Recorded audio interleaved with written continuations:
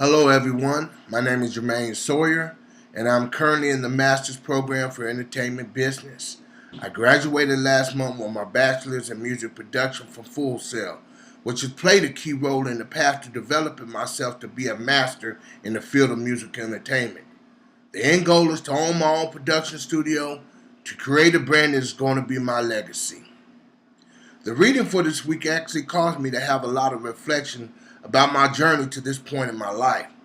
The first point of the reading was about returning to your origin or the point of your first spark.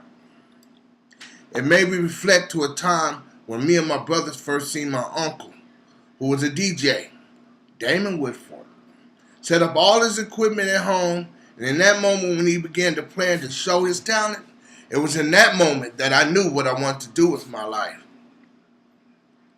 The second point refers to occupying the perfect niche, and it makes me reflect on the time in the past when I was an underground artist, and as a member of the group that made several albums and performed throughout the South and East Coast.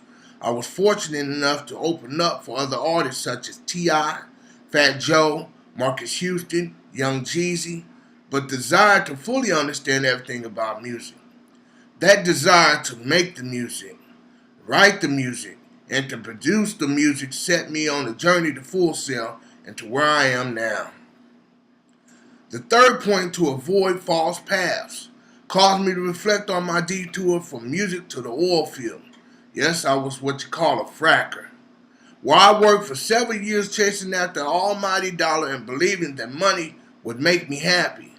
All that journey brought me was 4 back surgeries and poverty to end it. However, it gave me the capability to find my way and time back to music. When I reflect on the fourth point, let go of the past, I think of the forgiveness that I gave to my mother for telling me music was a path that I would fail at, and in her mind, money was the only thing that mattered. This is a conversation me and my wife had right before the first class started, so I found a little humor in the point when I read it. The final point that Green 2012 made was to find your way back, and it caused me a lot of reflection about my whole journey to this point right here, talking to you, and this is the point that I have chosen to expand upon. Green stated, in order to master a field, you must love the subject and feel a profound connection to it. Green also stated that your interests must transcend the field itself and border of the religious. The thing that summed it all up for me is when Green stated that no good could ever come from deviating from the path that you were destined to follow. About the varieties of hidden pain and the deviation due to the lure of money. I feel as all 5 of these points were a look into my life, almost like a roadmap.